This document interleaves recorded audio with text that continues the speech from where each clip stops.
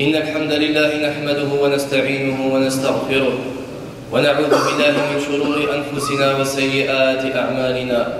من يهد الله فلا مضل له ومن يضلل فلا هادي له، وأشهد أن لا إله إلا الله وحده لا شريك له، وأشهد أن محمدًا عبده ورسوله صفيه من خلقه وخليله. اللهم صل عليه وعلى أصحابه ومن تبعهم بإحسان إلى يوم الدين. أما بعد، فيقول الله سبحانه وتعالى في محكم التنزيل: وقل لعبادي يقولوا التي هي أحسن إن الشيطان ينزغ بينهم إن الشيطان كان للإنسان عدوا مبينا. يقول الإمام القرطبي رحمة الله عليه في تفسيره وغيره من المفسرين أن هذه الآية أنزلت في عمر بن الخطاب رضي الله تعالى عنه عندما هم أحد المشركين بقتله، فأراد عمر أن ينتقم منه، فأنزل الله سبحانه وتعالى: وقل لعبادي يقولوا التي هي أحسن إن الشيطان ينزغ بينهم إن الشيطان كان للإنسان عدوا مبينا. الكلام يا إخوان، القول الحسن. الله سبحانه وتعالى خاطب عباده المخلصين، عباده المخلصين، أن يقولوا التي هي أحسن، ولم يقل لهم قولوا قولا حسنا أو قولوا قولا جميلا، ولكن قال لهم: وقل لعبادي يقولوا التي هي أحسن، أي الأصل في العبد المؤمن، والدليل على صدق المؤمن، والدليل على صفاء قلبه وصدق نيته وحسن نيته القول الحسن. القول الحسن. قال الشاعر: وزن الكلام إذا نطقت فإنما يبدي عقول ذوي العقول المنطق. عقلك وقلبك يدلنا عليه لسانك. فقال الله سبحانه وتعالى: وقل لعبادي، أي عباده سبحانه وتعالى، أهله وخاصته، يقول التي هي أحسن. التي هي أحسن أي يختار أفضل ما يوجد من الأقوال، وخير ما يوجد من الكلام، وألطف ما يوجد من الفعال. هذا هو حال المؤمن، هذا هو حال عبد الله. إن الشيطان ينزغ بينهم، أي يفسد بينهم، يفسد بينهم. إن الشيطان كان للإنسان عدوا مبينا. وعن أبي هريرة رضي الله عنه أن النبي صلى الله عليه وسلم قال: إن العبد ليتكلم بالكلمة من رضوان الله لا يلقي لها بالا يرفعه الله بها درجات، وإن العبد ليتكلم بالكلمة من سخط الله لا يلقي لها بالا يهوي بها في جهنم. والحديث صحيح. نعم إخواني، هذه الكلمة إذا كانت طيبة فهي لك، وغير ذلك فهي عليك. يقول ابن القيم رحمة الله عليه: الكلام إما أن يكون لك فيما هو فرض أو فيما هو مندوب أو فيما هو مباح يراد به وجه الله، كأن تمازح زوجتك أو تمازح ولدك أو تمازح الناس من أجل تفريج الهموم أو من أجل إدخال السرور، فهذا حسن. إذا كان كلامك يدور حول هذا فهنيئا لك، فهو لك. وإذا كان كلامك في غير ذلك فهو عليك. وليس للإنسان إلا ما كان فيه مع الله، وأن ليس للإنسان إلا ما سعى، وأن سعيه سوف يرى إلا ما سعى. بمعنى أنك يا أخي المؤمن، يا أختي المؤمنة، أن الكلام والفعال التي أنت فيها مع الله فهي لك وهنيئا لك، والتي أنت فيها مع غير الله أو لأجل الناس فهي عليك والعياذ بالله. وعنه أيضا عن أبي هريرة رضي الله عنه أن النبي صلى الله عليه وسلم قال: من كان يؤمن بالله واليوم الآخر فليقل خيرا أو ليصمت، فليقل خيرا أو ليصمت. أعيد الحديث. قال النبي صلى الله عليه وسلم: من كان يؤمن بالله واليوم الآخر فليقل خيرا أو ليصمت. هذا هو الأصل يا إخواني. الأصل أنك لا تتكلم إلا من أجل الخير، والأصل أن تفكر قبل أن تتكلم، لأن الله سبحانه وتعالى قال: ما يلفظ من قول إلا لديه رقيب عتيد. كل ما تقوله يكتب. وربما في يوم من الأيام قلت كلمة فآذيت وليا من أولياء الله. نعم، الله سبحانه وتعالى كما قال علي رضي الله عنه: أخفى 5 في 5. اسمعوا هذا الكلام وخلوا بالكم يا إخوان، أن الله سبحانه وتعالى ولي الله. هل تعرف أنت من هو ولي الله؟ لا أحد يعرف من هو ولي الله. ربما إنسان فقير، إنسان حقير، ولكن الله سبحانه وتعالى يعلم من هو. ولكن إذا آذيته بكلمة لا تلقي لها بالا آذنك الله سبحانه وتعالى بالحرب. الله أخفى وليه في عباده حتى لا يؤذى أحد، حتى لا يتلقى أحد الأذى. هذا هو الأصل، لأنك إذا آذيت وليا من أولياء الله، آذيت يتيما، آذيت رجلا صالحا، ربما يأذنك الله سبحانه وتعالى بالحرب، فتصير مسخوطا عليك إلى يوم يبعثون والعياذ بالله، إلا أن يشاء الله شيئا أو تتوب إلى الله سبحانه وتعالى توبة نصوحا. وحتى نجسد أيضا أثر هذه الكلمة عندما تكون خبيثة أو تكون ليست بحسنة. عن عائشة رضي الله عنها قالت: قلت للنبي صلى الله عليه وسلم: حسبك من صفية كذا وكذا، تعني قصيرة. فقال: قلت كلمة لو مزجت بماء البحر لمزجته. عائشة رضي الله عنها كسائر النساء كانت تغار، فيها غيرة، فقالت للنبي صلى الله عليه وسلم: حسبك من صفية كذا وكذا، تعني قصيرة. معنى قالت له يعني حسبك من صفية، يعني كما نقول احنا خليك من صفية قصيرة، يعني زوجة أخرى للنبي عليه الصلاة والسلام. فأشارت بيدها بمعنى قصيرة، هذا الفعل اللي راح نديروه احنا دائما، بمعنى قصيرة. فقال لها النبي صلى الله عليه وسلم: قلت كلمة لو مزجت بماء البحر لمزجته. بمعنى هذه الكلمة وهذا الفعل لو أخذناه، شوفوا سبحان الله جوامع الكلم للنبي عليه الصلاة والسلام، والفصاحة والوحي، وما ينطق عن الهوى إن هو إلا وحي يوحى.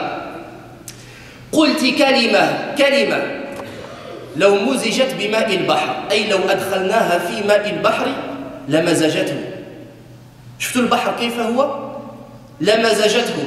فهذا هو أثر الكلمة الخبيثة أو الكلمة الغير الحسنة. لأن كم من أسرة كلمة واحدة شتتتها أو مزجتها وغيرت لونها بعدما كانت في صفاء. وكم من أخوة كلمة واحدة سيئة مزجتها وأفسدتها وأفسدت العلاقات. والمثال هذا للنبي عليه الصلاة والسلام فيه دليل على أن كلمة واحدة ممكن أن تفسد مجتمعا واحدا، تفسد أمة كاملة. كم من الحروب بسبب كلمة واحدة، كلمة ألقاها فصارت حرب، فقتل الناس وسفكت الدماء وشتتت الأشلاء من أجل كلمة واحدة. فلهذا الإنسان يجب عليه أن يرعى وأن ينظر فيما يقول، مهم جدا. والإنسان إذا رأيته سيء الخلق لا يقول إلا السوء فإنه في قلبه شيء، والله المستعان. لأن الله سبحانه وتعالى مثل هذه الكلمة كشجرة طيبة تؤتي أكلها كل حين بإذن ربها. كاين بعض الناس والله المستعان لا يؤتي أكله، هو شجرة بصح كما مثل بعض أهل العلم. كاين بعض الناس هو شجرة طيبة وأصلها ثابت وفرعها في السماء، وتؤتي أكلها كل حين بإذن ربها. الناس تستظل تحتها، الناس تستنشق رائحتها، الناس تأكل ثمارها، الناس تستفيد منها والناس تستمتع بالنظر إليها كالرجل الحسن. ويوجد بعض الناس نعم هو شجرة ولكن لا ورق فيها ولا يثمر شيئا ولا يستفيد منه أحد، غير أن هذه الشجرة في وسط الأمة وفي وسط الطريق، كلما مر بجنبها أحد تؤذيه بغصنها، كلما مررت بجنبها يأتيك عود ويؤذيك منها. هذا هو حال بعض الناس والله المستعان. وأيضا يا إخواني كما لا يخفى عليكم من الأمور الطارئة أنه ما وقع أمس في مدينة باريس، وهذا أثره كلمة سيئة. كل هذه الأمور والفتن التي ترونها كلها من الفتانين الذين يتلفظون بالقول السيء ولا يفهمون الدين الفهم الحسن ولا يرجعون إلى كتاب الله سبحانه وتعالى، وليس لهم قلب ولا يسعون إلى إصلاح أنفسهم وإصلاح الأمة. فهذا هو حال المتشدد المتطرف.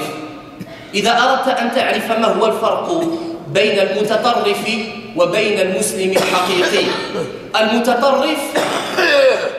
المتطرف يسعى إلى أن يذهب الناس كلهم إلى جهنم، فعلت هذا الفعل جهنم، أنت جهنم، أنت جهنم، هذا هو المتطرف. أما الذي يتبع سنة النبي عليه الصلاة والسلام ما هو صنيعه وماذا يفعل؟ هذا يأخذ الناس إلى الجنة، كما قال النبي عليه الصلاة والسلام لجاره أو لعمه، أو كما قال قل كلمة أشهد لك بها غدا يوم القيامة، أو أشفع لك، أشهد أمام الله أنك قد أسلمت حتى تدخل الجنة. هذا هو شأن المؤمن الصالح. وإخواني دائما في محاربتنا هذا التطرف، ونحن ندين هذه الأعمال الوحشية التي صارت أمس، ونقدم عزاءنا إلى أسر الضحايا، ودائما في محاربتنا لهذا التطرف ندعو إخواننا أنهم غدا يذهبوا إن شاء الله تعالى للانتخاب أو يوم الأحد إن شاء الله تعالى. دائما في محاربة التطرف كما لا يخفى عليكم مسألة الانتخابات فيها خلاف بين العلماء، والخلاف هذا فيه نظر وهو معتبر. العلماء اختلفوا، وإن شاء الله تعالى الإنسان ممكن أن يذهب وينتخب في محاربة التطرف وكل أوجه التطرف، أولا لمصالح الأمة، وثانيا لمصلحة هذا البلاد الذي نحن نعيش فيه وفيه مصالحنا الدينية والدنيوية. أقول قولي هذا وأستغفر الله لي ولكم فاستغفروه إنه هو الغفور الرحيم.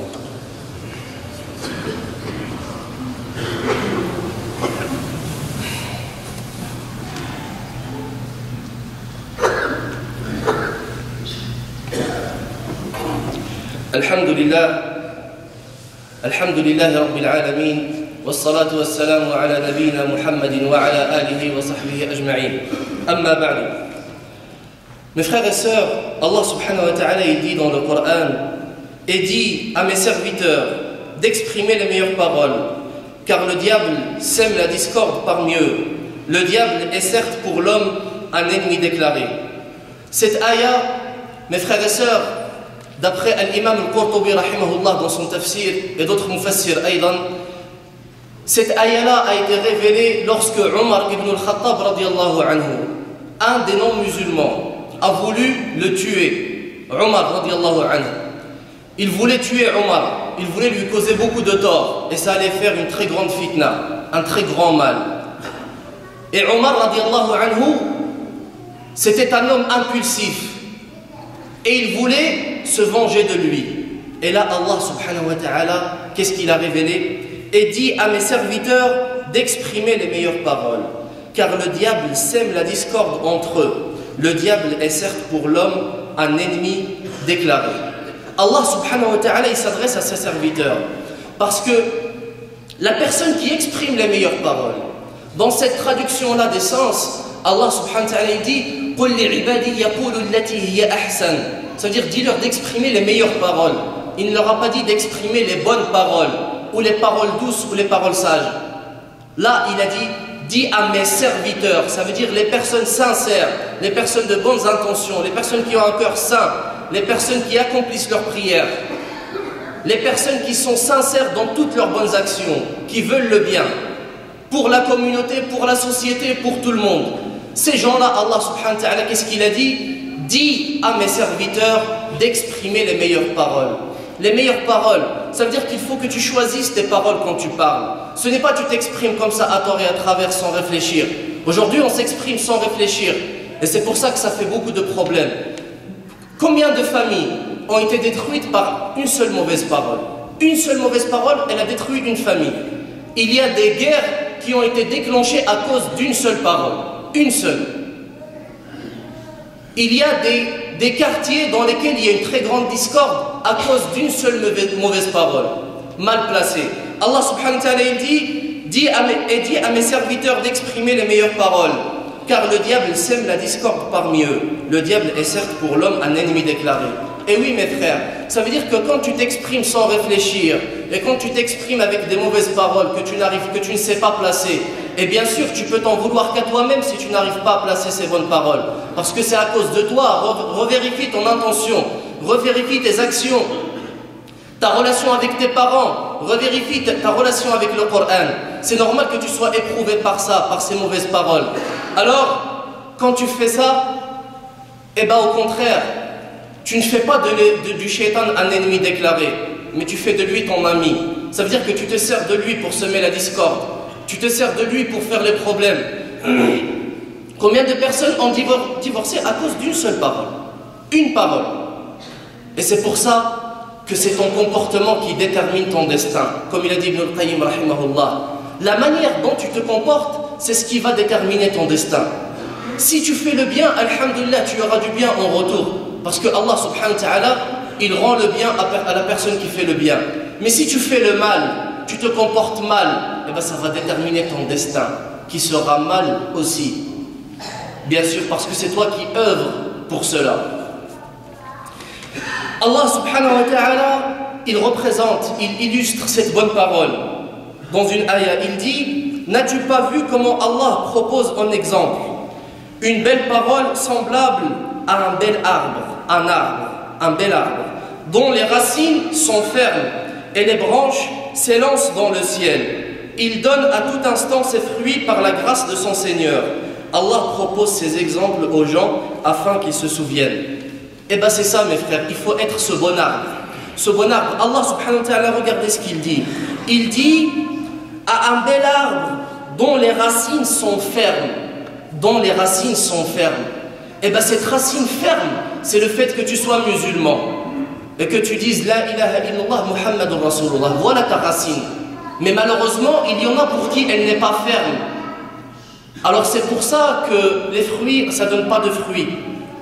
Et parfois justement, ça ne fait que des problèmes. Parce que la racine, elle n'est pas ferme. L'intention, elle n'est pas ferme.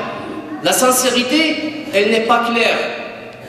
Donc voilà, ça peut donner des problèmes, des divorces, des discordes, des problèmes que ce soit même sociaux dans la société. Et puis, vous avez d'autres personnes, c'est des arbres aussi. Mais ce n'est pas comme le premier arbre qui est bon et qui donne de bons fruits. Parce que le premier arbre, qu'est-ce qu'il a? Le premier arbre, il donne des belles feuilles. Ils sont bons. Il fait de l'ombre quand il fait chaud.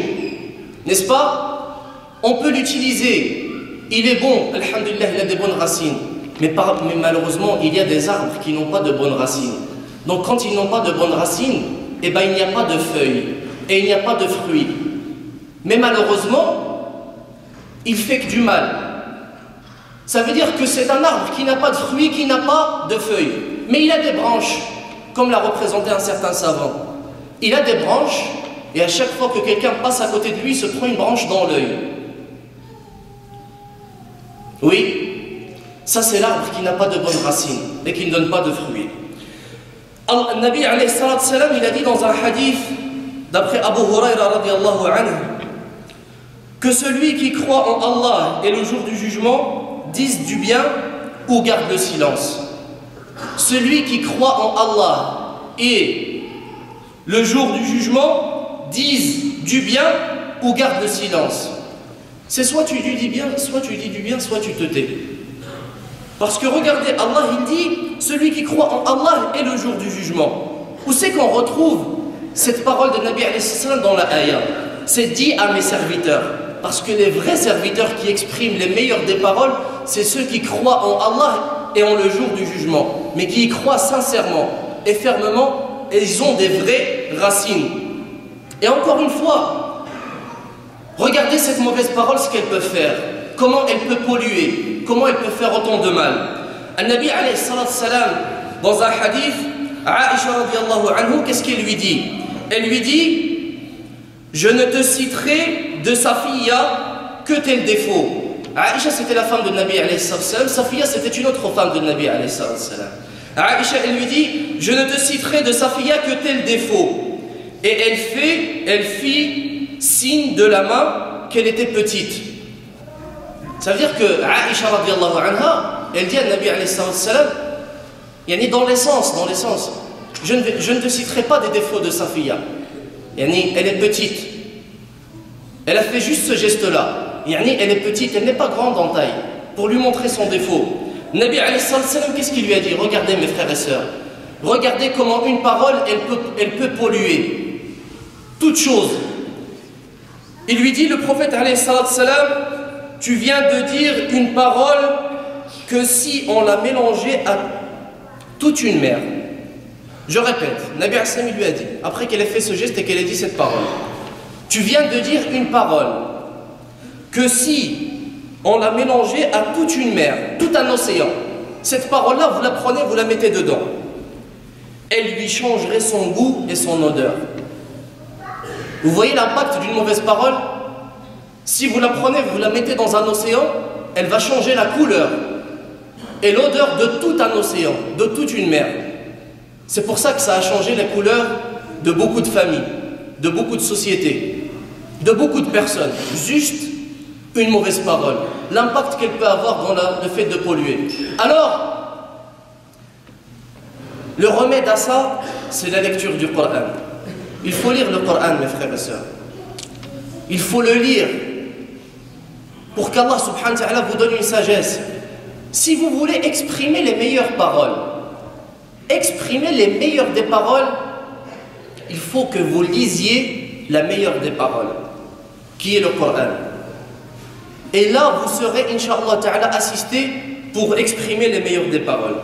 Et puis, pour conclure, toujours en parlant de cette mauvaise parole, d'une parole de haine, d'une mauvaise parole, d'une parole sale qui n'a pas sa place, eh bien vous avez vu ce qui s'est passé hier. Tout ça, c'est la cause de mauvaises paroles, de personnes qui font les fitnas, de personnes qui ont une compréhension de la religion qui est totalement erronée. Et on propage ces mauvaises paroles. Et voilà ce que ça donne. Ça pollue.